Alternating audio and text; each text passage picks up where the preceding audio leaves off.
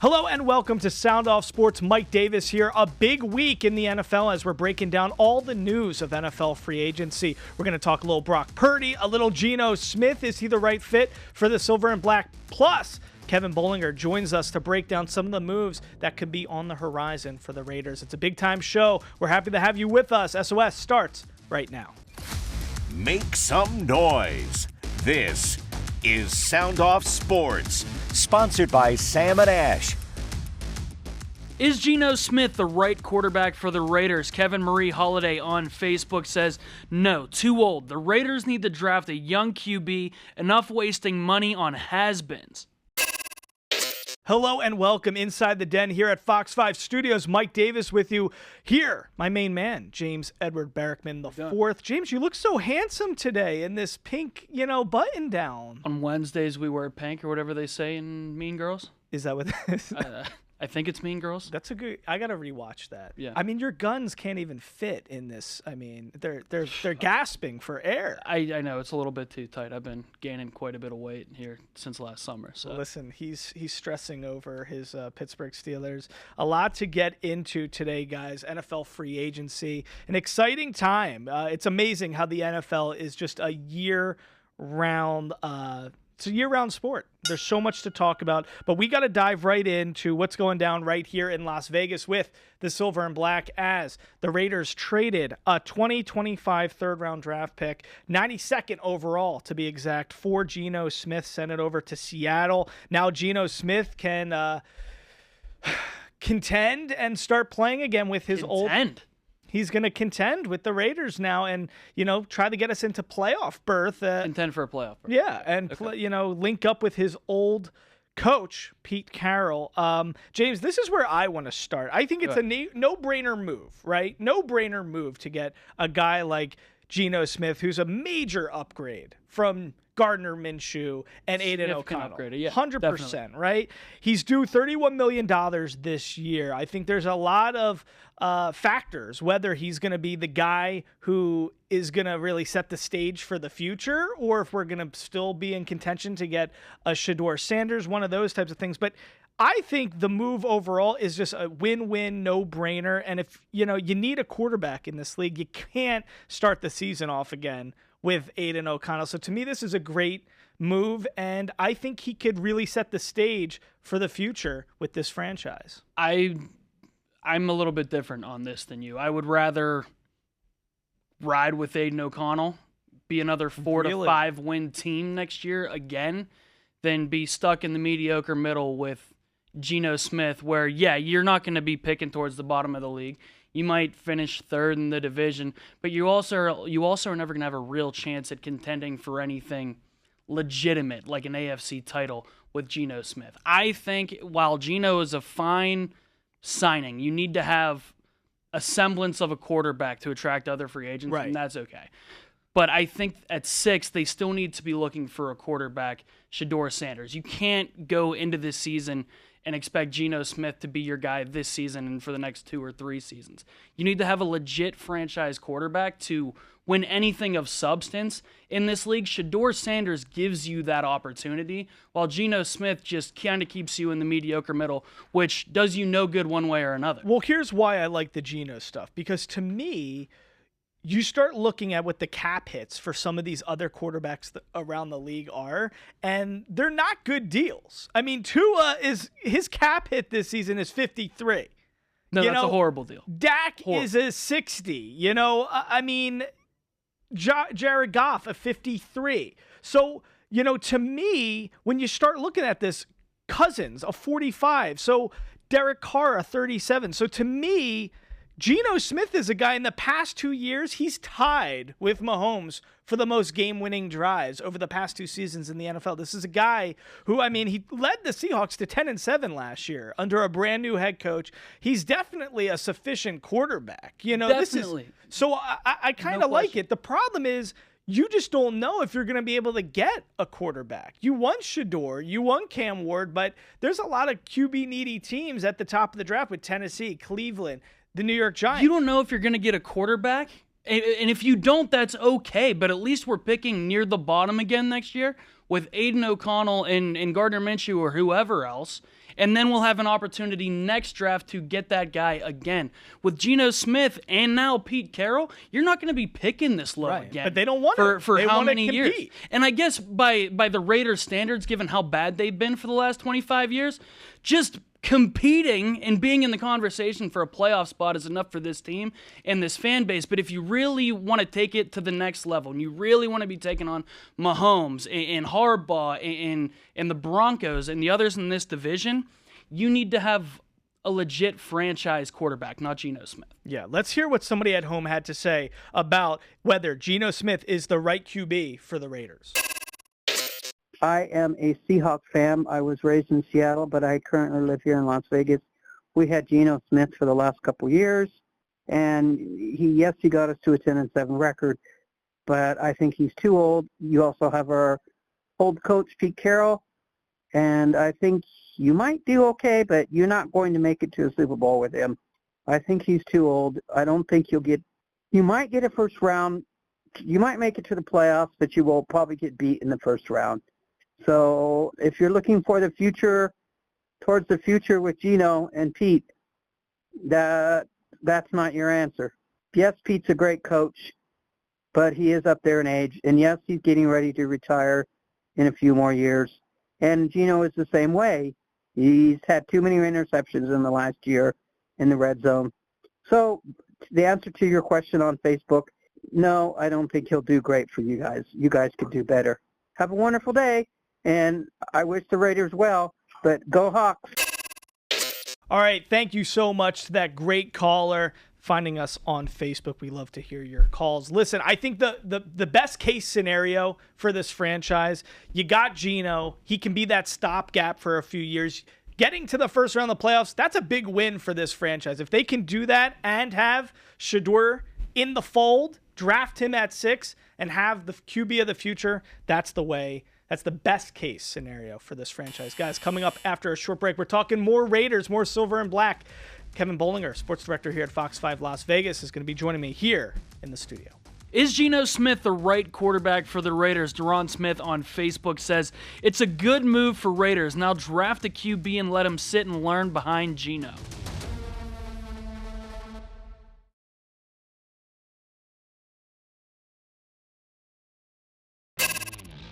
All right, welcome back to Sound Off Sports. I'm joined right now in the den with the great Kevin Bolinger, our Fox 5 sports director. Kevin, a lot of stuff to break down when it comes to the silver and black. Let's start with the Geno Smith stuff. You know, you're in the trenches. You know all the stuff that's going on with this team.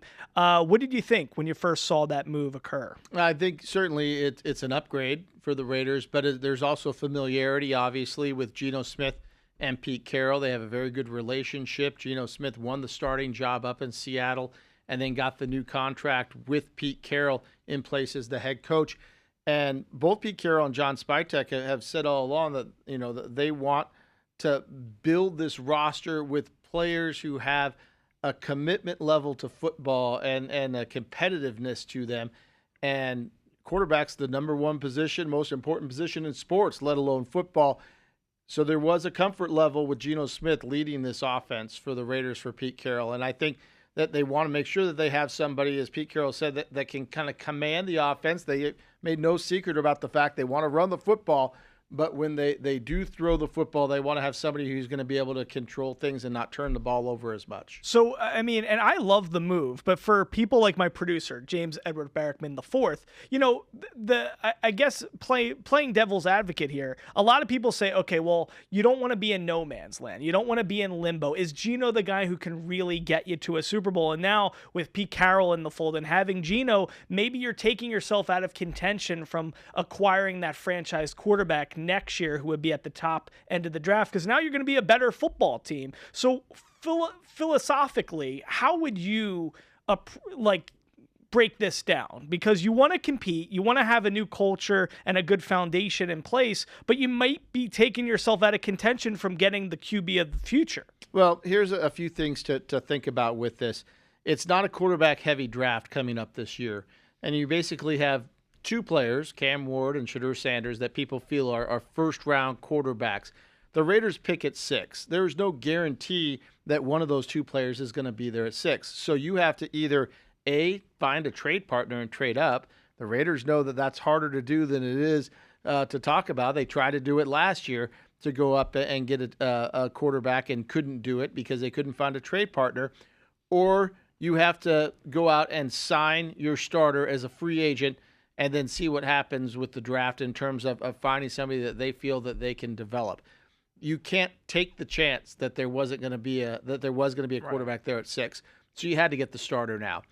And Geno Smith is 34 years old, but we're seeing with quarterbacks, including Tom Brady, who played a lot of years after that. So if he's producing, they feel the way that the quarterback has to be played in this offense, that he is a guy that can take this team to the next level. And then they'll kick the can down the road if they have to find his replacement somewhere down the road. But without a lot of depth in the free agent class this year or in the draft at the quarterback position, they knew they had to upgrade that position, and they did upgrade the position. And I think that the NFL is a what have you done for me lately league, and we know the Raiders haven't done a lot lately, so they've got to do something, and that was the best move they could make. The things I like about it, he's 34, sure, but in the past 2 years, he's tied with Mahomes for most game-winning, drives, tied at 9 with Mahomes with that. He even led a team to 10-7 without Pete Carroll there. So, I mean, he revitalized his career, with Seattle, which is a nice look for him. But I think the cap hit is a good indicator here. We saw Darnold get kind of a lesser deal than we anticipated with, I think it's 33.5. Baker's 33.5 for that cap hit. So to get a guy who could be your stopgap for a few years and be in that 31 million range, I mean, that's a pretty good situation if you want to have a top 15, top 16, 17 quarterback in the NFL. And again, the philosophy is they don't need to necessarily have the top 5 quarterback to win. And I think the one thing, too, when you look at the success that he has had, Geno Smith, in Seattle, he did that behind a horrific offensive line last year. He was running for his life and still put up the numbers that he did. His interception numbers were high, but he was also running for his life and probably had to make some decisions that he didn't want to make because of the situation. But believe it or not, it's actually an upgrade on the offensive line going to the Raiders. And the Raiders have worked to upgrade the offensive line, but they weren't. To hear the full interview with Kevin Bolinger, make sure you go to our YouTube page, Silver State Sports.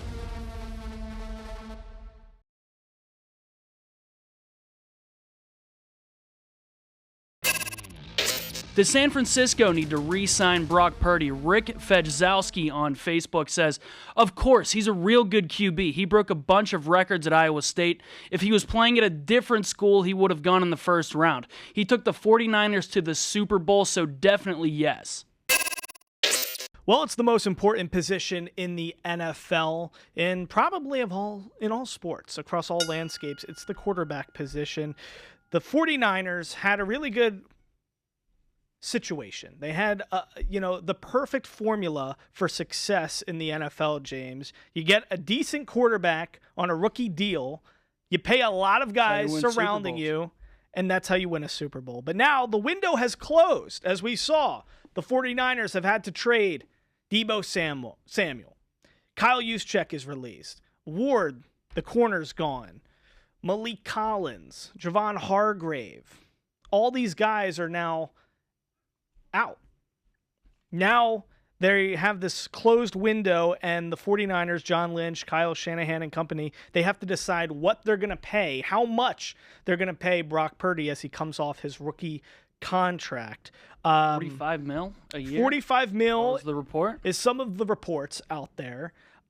It's a fascinating situation. I think the 49ers kind of have to roll with Purdy. This is a guy who, Mr. Irrelevant. He was the last pick of the draft. He's done decent for them. I would not say that the 49ers and this whole journey over the past 6-7 years have been a failure. Listen, they went to 2 Super Bowls. They lost one with Purdy. They lost one with Jimmy G. And like you always tell me in the back office, James, are these guys having success because of the quarterback or because of the system in place? Correct. And that's what you always tried to drill into my skull. And I agree with you. When you get to a Super Bowl with Jimmy G and Brock Purdy, it's because of the system. Yes. But you still need to pay a quarterback. There's a salary cap. There's a whole, it's just part of the game. No, you don't. You don't have to pay Brock Purdy. Well, you don't have to pay him a certain amount. If he's asking for $45 million, see you later. So, there are 20 other quarterbacks that could do what Brock Purdy did for you for cheaper than that.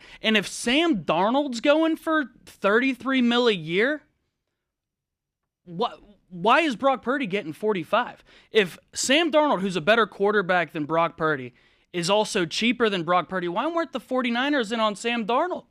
He's familiar with the system. He's been there. I bet you John Lynch and Kyle Shanahan are kicking themselves for ever letting him go to Minnesota at this point. Well, I think they're hoping that they can retain and extend Brock Purdy to a contract similar. And I think that's a great point because Darnold's making $33.5 a year. Baker's making the same amount.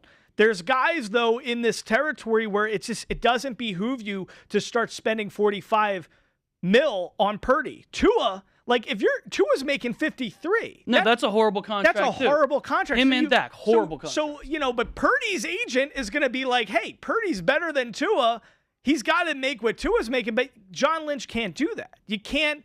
You're going to really handicap the entire franchise if you start paying Purdy money that he shouldn't be making. If you're paying Brock Purdy top 10 quarterback money, that's a bad contract. Right. Because why are you paying a top 17 quarterback top 10 money? You don't do. But that's why I like going back to our earlier argument. That's why I like what the Raiders did with Geno Smith, because he's making 31 this year. If you can re-sign him for a couple years and just have a guaranteed contract, even if he wants 4, but it really only 2 are guaranteed. If you can pay somebody in that 30 mil range, it's better than having no quarterback at all. So I like, it's the haves and the have-nots. If you can get Darnold and Baker on a team-friendly deal like that, that's what the going rate for a quarterback is. I'd much rather be there than be 50 with Tua, but I also much rather be 33 with Darnold or Baker than, a cheap, deal with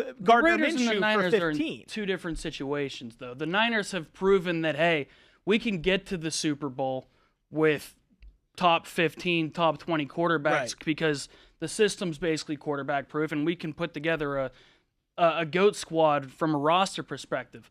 That's not who the Raiders are. The Raiders are going to need a legit franchise quarterback to turn this thing back around and get it to greatness. Let's hear what somebody at home has to say about this because, losing Dre Greenlaw, losing Hufanga, losing Leonard Floyd, all these guys, it's a new look 49ers team, and let's see what they think about Brock Purdy and whether he should be the QB long term. Why should we give a flying about anyone playing in San Francisco?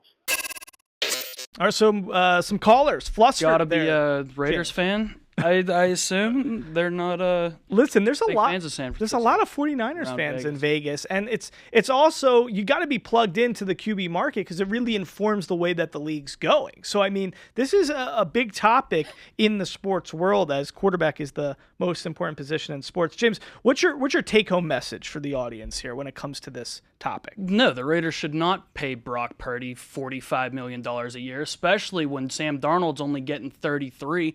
You could get Kenny Pickett could get you about as far with the Niners and that roster and that system. You think as much as Brock as Purdy did? That's a little. It might be a little over the top, but he could get you about as close. Do not make the mistake of paying Brock Purdy John Lynch. That's my take-home message. Yeah, it really is going to be a fascinating thing to see if he's more in that 50 range or he's more in that 35 range or somewhere in the middle. We'll have to wait and see. Guys, coming up after a short break, it's time for Sink or Swim.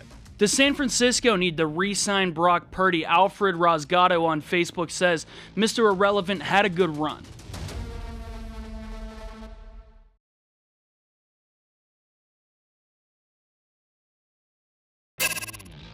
Hello, welcome back to Sound Off Sports here in the Den Fox 5 studios. James, your beloved Yinzers, the Stillers, okay?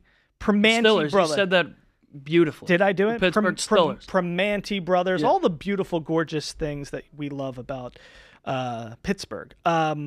Listen, our dude, the guy that we love, Colin Cowherd, was not a big fan of this trade where DK gets traded from Seattle to Pittsburgh. They also, extend him to basically $150 million contract. Tell me your initial thoughts with this move. Do you like it? I don't understand what they think DK Metcalf does for them, because what Colin said is absolutely right. They are still tone deaf to offense from an organizational perspective, from a coaching staff perspective.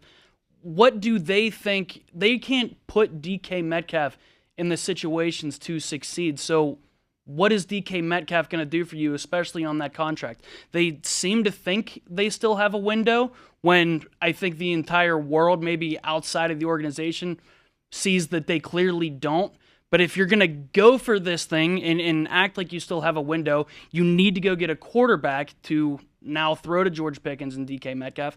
You got to go get Aaron Rodgers. So we're taping this, just complete transparency, taping this before any moves with the Steelers and potentially Aaron Rodgers. Is Aaron Rodgers the only option that are they handcuffed and hand-tied, and basically they need to go out and get him now because they made this move for DK. They got to throw the ball downfield. You got Pickens, you got DK. This was a team that had a strong showing in the beginning of the season. Great defense, acumen. You're lower on Tomlin than other people, but is Rodgers the fix-it guy in this scenario? He's not the fix-it guy. It's going to be the same outcome either way. It could be Russell Wilson, a quarterback. It could be Rodgers. It could be Mason Rudolph. It could be Kenny Pickett. They're going to go 9-8, 10-7, sneak into the wild card and get blown out first round. That's what's going to happen, regardless if it's Aaron Rodgers. You don't think it's a major upgrade going from Rodgers instead of Wilson or Justin Fields? I think it's a slight upgrade, but I don't think it's enough of an upgrade to overcome